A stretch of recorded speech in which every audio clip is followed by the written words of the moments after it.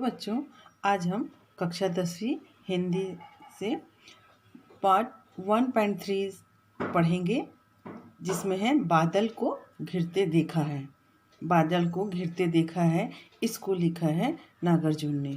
ठीक है, तो सबसे पहले हम नागार्जुन का जीवन परिचय देखते हैं।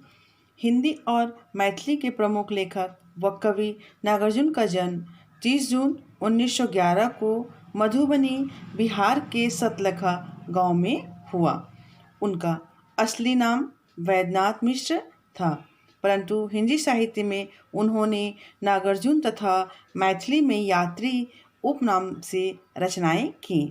खेतिहर परिवेश में पले बढ़े नागार्जुन की आरंभिक शिक्षा संस्कृत में हुई तथा आगे उन्होंने स्वाध्याय पद्धति से ही शिक्षा पूर्ण की।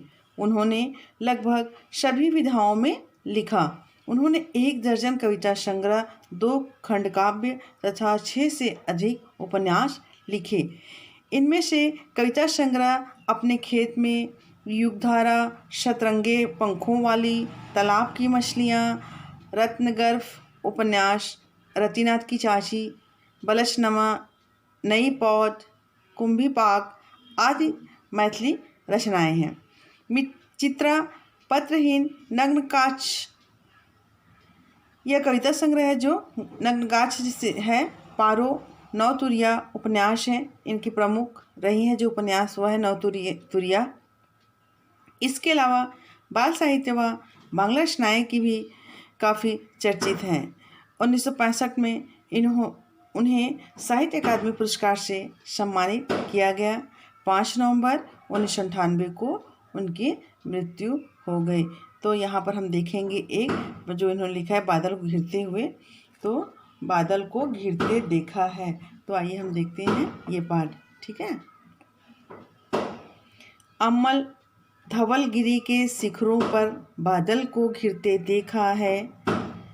छोटे छोटे मोती जैसे उनके शीतल तुहिन कणों को मानसरोवर के उन स्वर्णिम कमलों पर गिरते देखा है। बादल को घिरते देखा है। अमल अर्थात होता है निर्मल, धवल अर्थात सफ़ेद, शिखर चोटी। बादल को घिरते देखा है। ठीक है। कवि क्या कहते हैं यहाँ पर? कवि कहते हैं कि मैंने निर्मल श्वेत पर्वत की चोटियों पर बादल घिरते देखा है।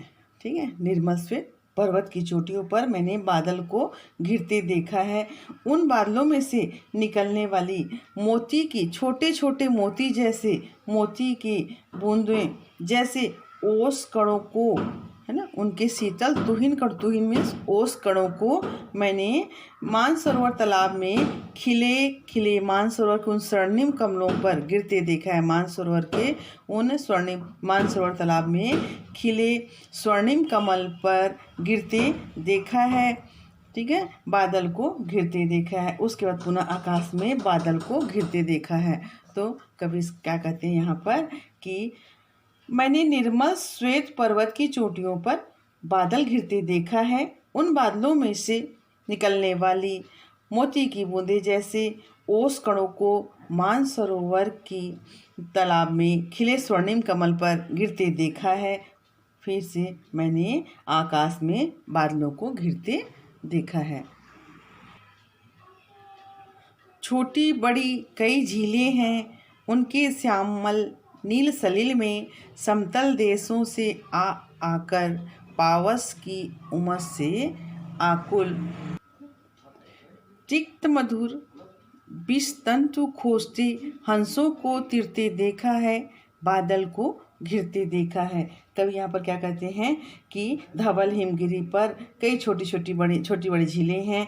इन झीलों के काले नीले जल में पावस की उमस से व्याकुल पक्षी जो होते हैं, कीड़े मकोड़े जो होते हैं, उनको खोजने को आते रहते हैं। इसी झील में हंस भी तैरते रहते हैं। इसी झील में हंस भी तैरते हैं और इसी झील में पक्षी जो है छोटे मोटे कीड़े मकोड़े को ढूंढने के लिए आते हैं। इसी प्रकार शिखर पर मैंने बादल को घिरते देखा है। ठीक है। ऋतु बसंत का सुप्रभात था। मंद मंद था अनिल बह रहा। बालारुण की मृदु किरणें थी। अगल बगल स्वर्णाभ शिखर थी। एक दूसरे से विरहित हो, अलग अलग रहकर ही जिनको सारी रात बितानी होती, निशा काल के चिर अभिशापित बेबस उन चकवा चकई का बंद हुआ क्रंदन फिर उनमें। उस महान सरोवर के तीरे सैवालों की हरिदरी पर प्रणय कला छिड़ते देखा है, बादल को घिरते देखा है।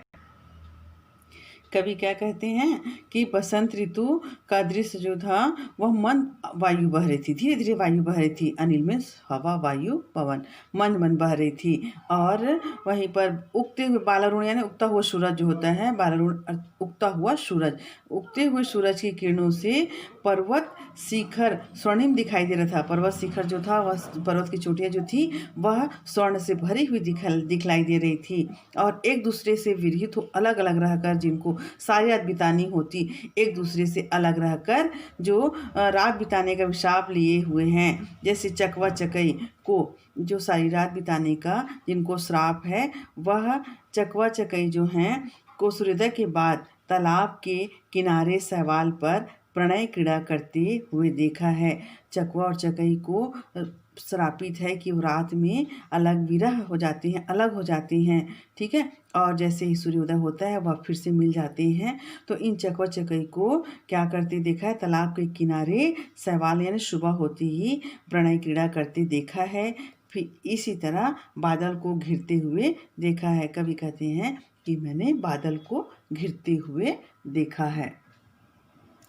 दुर्गम बर्फानी घाटी में 7 सहस्त्र फुट ऊंचाई पर अलख नाभि से उठने वाले निज के ही उन्मादक परिमल के पीछे धावित हो होकर तरल तरुण कस्तूरी मृग को अपने पर चिढ़ते देखा है, बादल को घिरते देखा है। कवि कहते हैं कि दुर्गम बर्फानी घाटी, बहुत कठिनाई रास्ते में मैंने वहाँ जहाँ 7 सहस्त्र फुट ऊंचाई पर, बहुत हजारों फीट ऊंचाई पर न दिखने वाली, अलख नाभि से उठने वाली, नहीं दिखने वाली और केवल नाभि से खुशबू आने वाली निज के उन्मादक परिमल के पीछे धावित होकर, जिसकी खुशबू से, जिसकी सुगंध से, कस्तूरी की सुगंध से उन्मादित होकर क्या करती है, मृग जो है दौड़ते हुए इधर उधर भटकती है। और कस्तूरी प्राप्त ना होने पर क्या करती है, वो अपने पर चिढ़ती है।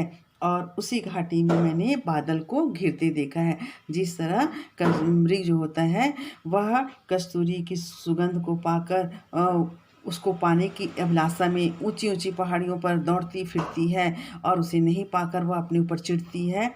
और जबकि वह जो कस्तूरी की सुगंध जो होती है उसके नाभि में होती है, ठीक है, और नहीं पाने के कारण वह उसको चिढ़ होता है अपने पर। इस तरह मैंने बादल को घिरते देखा है, ठीक है। यहाँ पर कवि क्या कहना चाहते हैं कि कस्तूरी मृग के माध्यम से प्रकृति के सूक्ष्म तत्वों का वर्णन बहुत ही सरल भाषा में उन्हें किया है कवि ने, ठीक है।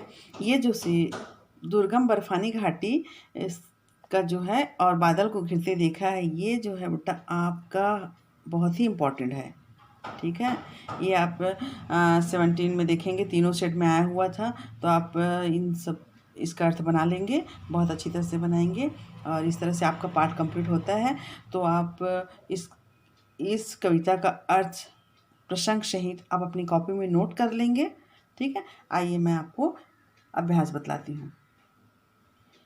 ये हमारे शब्दार्थ अमल अर्थात मैंने बतलाया था निर्मल, धवल, श्वेत, शिखर अर्थात चोटी, तुहिन मीन्स होता है ओश, और बालारुण उगता हुआ सूरज, श्यामल कृष्णवर्ण, नीलसलील नीले रंग का पानी, विषतंतु कीड़े मकोड़े, मृदु मीन्स होता है कोमल, विरहित अर्थात होता है विरह से पीड़ित, अभिशापित जिसे शाप मिला हो, और क्रंदन अर्थात दुख भरा रुदन होता है, दुर्गम जहाँ कठिनाई से पहुँचा जाए, अलग जिसे देखा न जा सके, और परिमल मीन्स होता है खुशबू या फिर सुगंध। ये हमारे कठिन शब्द हैं। इसके बाद में एक्सरसाइज देखते हैं, क्वेश्चन आंसर। जैसे यहाँ पर बहुत ही इंपॉर्टेंट क्वेश्चन है जो आपको लास्ट ईयर पूछा गया था, उसको मैं बतलाऊंगी आपको, ठीक है।